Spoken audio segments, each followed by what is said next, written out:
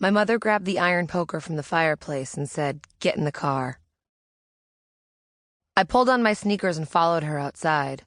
She had that look on her face, distracted and mean, as though she'd just been dragged out of a deep sleep full of dreams. She was mad, I could tell right away, but not at me, not this time. Her car was a lime green hatchback with blotches and stripes of putty smeared over the dents. The shitbox, she called it. We called it, actually. My mother hated the thing so much she didn't mind if I swore at it. What a piece of shit, I'd grumble, whenever it stalled on us, which we could gamble on happening at least once a day, more if it was snowing. Far and away the most unreliable car we ever had in our life together. It was a machine that ran on prayer. Among the car's many other defects, the inside casing of the passenger door had broken off, leaving the mechanical skeleton that controlled the window and lock exposed. I poked my finger inside the levers, watching the sinewy rubber push and pull, the metal joints grasp and release. A spectacular display. I couldn't get enough of it. "Stop it," Mum said. She reached over and grabbed my hand. "This car's as old as me. More than 20 years, at least. I don't know how much longer it's going to stay in one piece." "Where are we going?" I asked her. She lit the cigarette bobbing anxiously between her lips and slid her key into the ignition. I held my breath. It was a ritual so intuitive that I never questioned its provenance or worth, silently assuming that any exchange I might have with the present atmosphere would choke up the magic at work under the car's hood. And then what? Would we be able to drive to school, work, and stores like everyone else in the suburbs? Or would we hear the familiar sputter and cough that so often ruined our day? "Come on," Mum whispered. "Come on."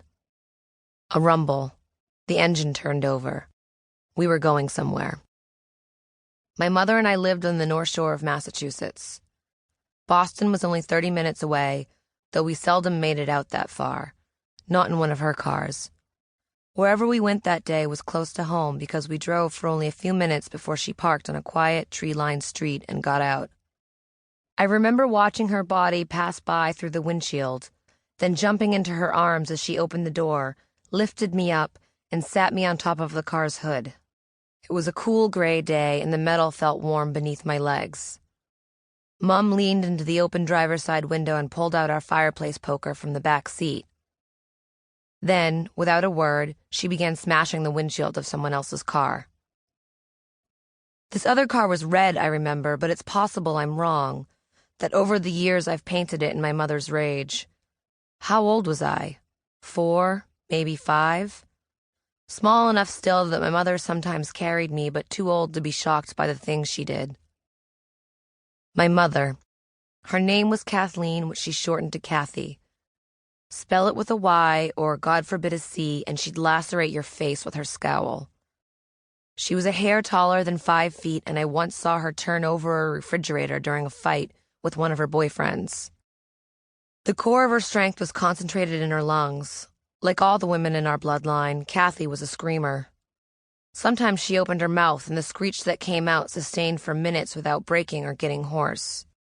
She used to bend down to scream directly into my face, and I would get lost staring at the black fillings in her molars, the heat of her breath touching my skin like a finger. But volume was never an accurate herald of my mother's mood. Loud was simply the who and the what of her. That voice, those big dangling earrings, the long red nails and skin-tight jeans and shirts slid open a few inches below the cleavage of her enormous breasts. I was forever climbing onto my mother's lap, trying to button her shirt higher. "No, honey," she'd say, pulling my hands off her chest.